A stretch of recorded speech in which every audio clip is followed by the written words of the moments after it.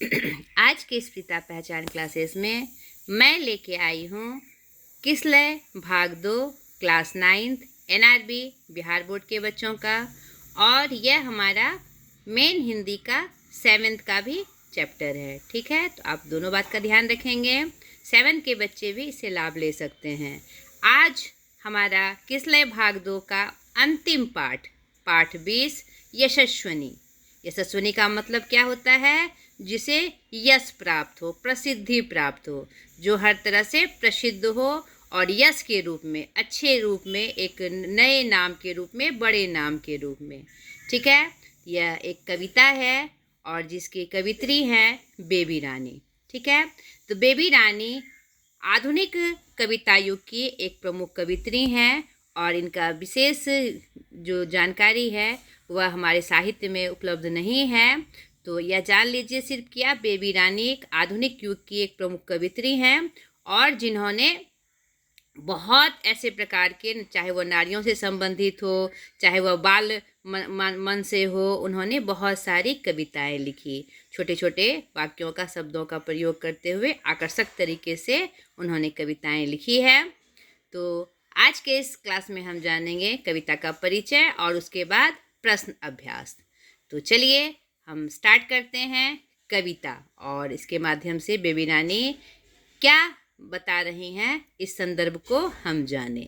यशस्विनी नाम से ही पता चल रहा है, यह इसमें वैसे नारियों की बात की जा रही है जिसे प्रसिद्धि प्राप्त हुई है। नहीं, नाम से ही पता चल रहा है। तो चलिए कविता की पंक्तियों के माध्यम से इसे हम देखें। यशस्विनी। अब देखिए एक एक करके। मत उसके नभ को छीनो तुम, मत तोड़ो उसके सपनों को, वह दान दया की वस्तु नहीं, वह जीव नहीं, वह नारी है। यहाँ पर वैसे वर्ग को या ऐसे पुरुष वर्गों को जो क्या कहते हैं, नारियों को हीन समझते हैं, और इस प्रकृति ने दोनों को मतलब एक जैसा स्थान प्राप्त मतलब दिया है। नहीं, कहीं कहीं नारियों का स्थान पुरुष से भी ऊंचा है। तो उसी क्रम में एक संबोधन के रूप में कवित्री कह रही हैं, मत उसके नभ को छीनो तुम, मतलब वह बहुत ऊंचे से ऊंचे पद पर जा सकती हैं, इसीलिए उसके आकाश को मत छीनो, उसे बंधन में मत रखो, उसे खुली आकाश में उड़ने दो।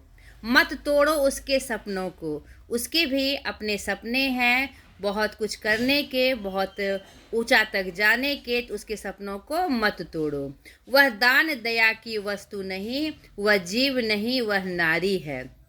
वह कोई ऐसी वस्तु नहीं है जिसे हम दान में दे दे या जिस पर हम दया दिखाए। वह कोई जीव नहीं है जिसके साथ हम कुछ भी व्यवहार कर सकते हैं। वह नारी है और यह जो सृष्टि है नारी पुरुष के मतलब दोनों के मेल से ही चलती है। नहीं, अगर जिस तरह एक पहिए से गाड़ी नहीं चलती, उसी प्रकार यह सृष्टि भी पुरुष और नारी के समानता के रूप में चलती है। आगे देखिए। अगर कर सकते हो कुछ भी तुम, तो कुछ ना करो, यह कार्य करो, जो चला गया पर अब जो है उसको संवारना आर्य करो।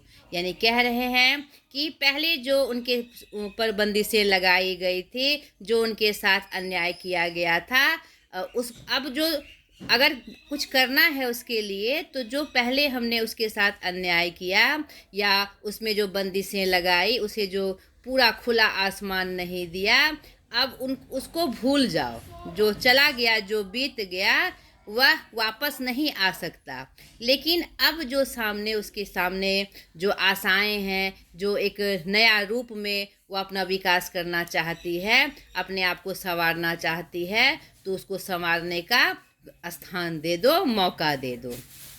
ठीक है, यहाँ पर आर्य कहकर उस पुरुष वर्ग को सीधे संबोधित करते हुए कह रही हैं कि उसे संवारने आर्य करो। जो चला गया मतलब जो अब है, अब उसके महत्व को समझो कि वह एक नारी पुरुष के समान ही ऊंचाइयों तक जा सकती है। उसको पूरा सम्मान दो और उसे वह स्थान दो कि वहाँ तक वह पहुँच सके।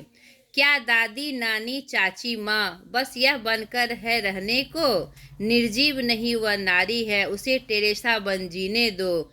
उसे इंद्रावन जीने दो। शुरू से ही उसे विभिन्न बंधनों में बांध कर रखा जाता है और उसे उतना ही महत्व दिया जाता है। नहीं कि वो दादी है, नानी है, चाची है, माँ, क्या वह इसी के लिए है, सिर्फ संबंध को निभाने के लिए?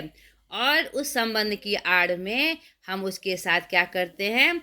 अन्याय करते हैं। नहीं, तो यहाँ पर सीधे संबोधित करते हुए पुरुष वर्ग से कह रही हैं कवित्री, क्या दादी, नानी, चाची और माँ यह बनकर ही उसे रहना है? नहीं, वह बनकर भी वह रहेगी और उसके अपने जो सपने हैं उसे भी साकार करने का मार्ग दे दो। वह तो विभिन्न रिश्तों को निभाती ही है। उन रिश्तों की आड़ में उसका क्या कहते हैं, उसके साथ अहिंसा मत करो। नहीं, उसके साथ अन्याय ना करो। वह निर्जीव नहीं है कि सिर्फ एक स्थान तुमने दे दिया, बैठा दिया तो वह उसी में जीकर रह जाएगी। वह नारी है। जिस प्रकार पुरुष इस सृष्टि के लिए अनिवार्य है, नारी भी उतना ही अनिवार्य है। जिस प्रकार वहाँ पर टेरेसा, जो कि एक बहुत बड़ी समाज सेविका थी, उन्हें कौन नहीं जानता। इंदिरा गांधी, जो एक सशक्त भूमिका के रूप में हमारे देश में जानी जाती हैं।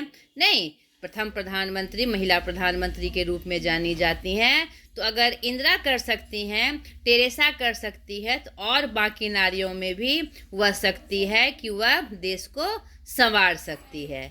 और उसे टेरेसा बन जाने दो। यानी जितने भी समाज में नारी हैं, चाहे वह गांव के हो, चाहे वह शहर के हो, उसे वह मौका दो कि वह भी टेरेसा बनकर जिए, वह भी इंदिरा बन के जिए। ना कि दादी, नानी, चाची बनाकर उसे एक निर्जीवता के रूप में रखकर उसके साथ अहिंसा करते रहो, उसका दुरुपयोग करते रहो। वह कोई निर्जीव वस्तु नहीं है, वह नारी है। नहीं, यहाँ सीधे पुरुष वर्ग को संबोधित करते हुए यह उससे अपना अधिकार मांगने की बात कह रही है कि वह नारी है, उसका सिर्फ सम्मान मत करो, उसे उड़ने के लिए पूरा आकाश दे दो। समझो कि सृष्टि पुरुष और नारी दोनों के रूप में चलती है। अगर संतुलन बिगड़ेगा तो सृष्टि का जो ये रूप है, सामान्य रूप, वह हमें दिखाई नहीं पड़ेगा। हाँ, तोड़ो उस बेरी को जरा जिसमें नफरत की कड़ियाँ है, फिर पंखों को खुल जाने दो, उसे कल्पना बन जीने दो, उसे लता बन जीने दो।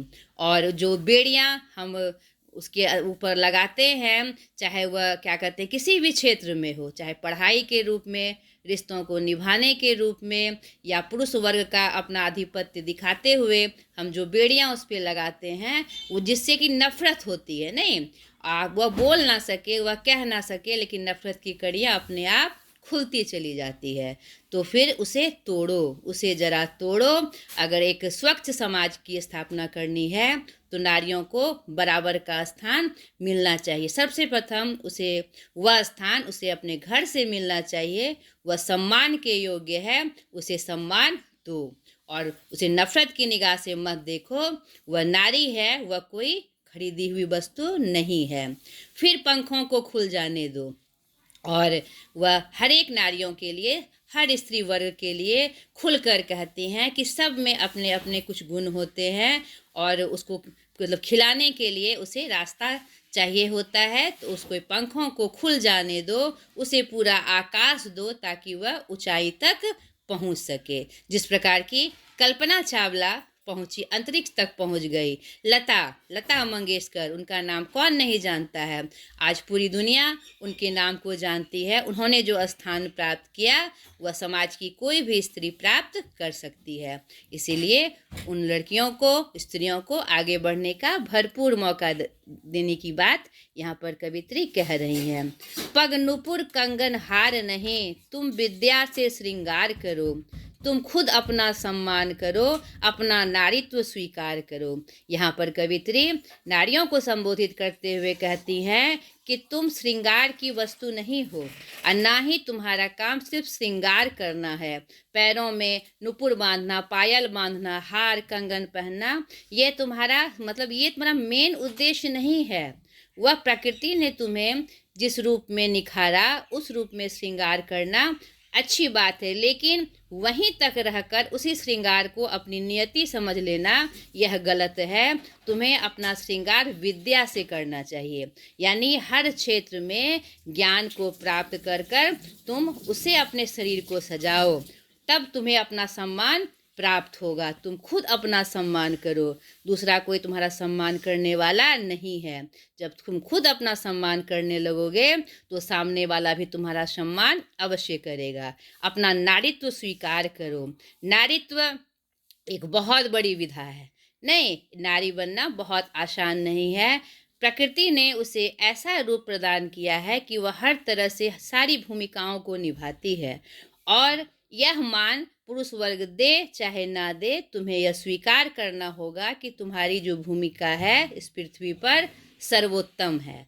तो सबसे पहले इस भूमिका को तुम समझो। तुम्हारा जो नारीत्व का रूप है, पहले तुम इसे समझो और अपने आप को कुंठित ना करके एक खुले आसमान में आगे बढ़कर तुम अपने अधिकार को पहचानो, अपना सम्मान करो। नहीं, तो ये उनकी कविता की पूरी पंक्तियाँ थी। और ये जो यश जो महिलाओं ने अपने समाज में स्थान प्राप्त किया है, चाहे वह मदर टेरेसा के रूप में हो, इंदिरा गांधी के रूप में हो, कल्पना चावला के रूप में हो, लता मंगेशकर के रूप में हो, आज तो यह जो लिस्ट है बहुत लंबी है। नहीं, आज आप देख सकते हैं कि हर एक क्षेत्रों में महिलाओं ने अपना परचम लहराया है।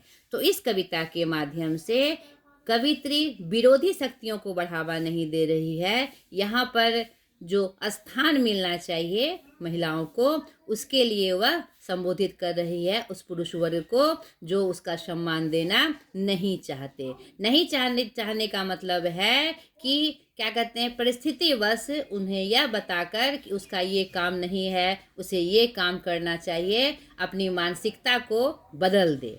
नहीं, पुरुष और नारियां दोनों एक समान काम कर सकते हैं। तो सिर्फ अपने मानसिकता के संतोष के लिए, मानसिक संतोष के लिए उसके जीवन से खिलवाड़ ना करे, उसे भी पूरा स्थान दे।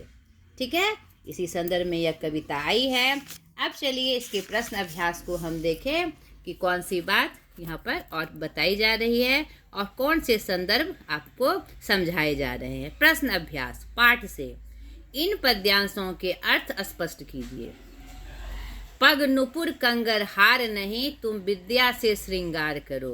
तो जब इस तरह का प्रश्न आए, अर्थ स्पष्ट करना है, भाव स्पष्ट करना है, आशय स्पष्ट करना है, तो हम क्या करते हैं, सर्वप्रथम अपने पाठ का परिचय देते हैं, फिर उसके लेखक और कवि या कवित्री का परिचय देते हैं। उसके बाद उस कविता का मुख्य भाव बताते हुए पंक्तियों से उसे जोड़कर अर्थ स्पष्ट करते हैं। तो आपको कैसे आंसर करना है। प्रस्तुत पंक्ति हमारे पाठ्य पुस्तक किसलय भाग 2 के पाठ 20 यशस्विनी कविता से ली गई है, जिनकी कवित्री बेबी रानी जी हैं। इस कविता के माध्यम से कुछ यश प्रसिद्धि वाली स्त्रियों का उदाहरण देकर यहाँ पर पुरुष वर्ग से या समाज के हर वर्ग से यह संबोधित किया जा रहा है कि नारियों को भी पूरा स्थान दे, पूरा मौका दे, उसे साज सज्जा की वस्तु ना समझे, उसका सम्मान करे और वास्तविक जो उसका रूप है, जो उसका महत्व है, वह महत्व से प्रदान किया जाए। इसी क्रम में यह पंक्ति आई है कि वह यहाँ पर इस पंक्ति में वह महिलाओं को संबोधित कर रही है। पग नूपुर कंगन हार नहीं, तुम विद्या से श्रृंगार करो। यानी तुम अपना श्रृंगार सिर्फ पायलों से, कंगन से, हार से नहीं करना है, तुम्हें विद्या से यानी पढ़ना है।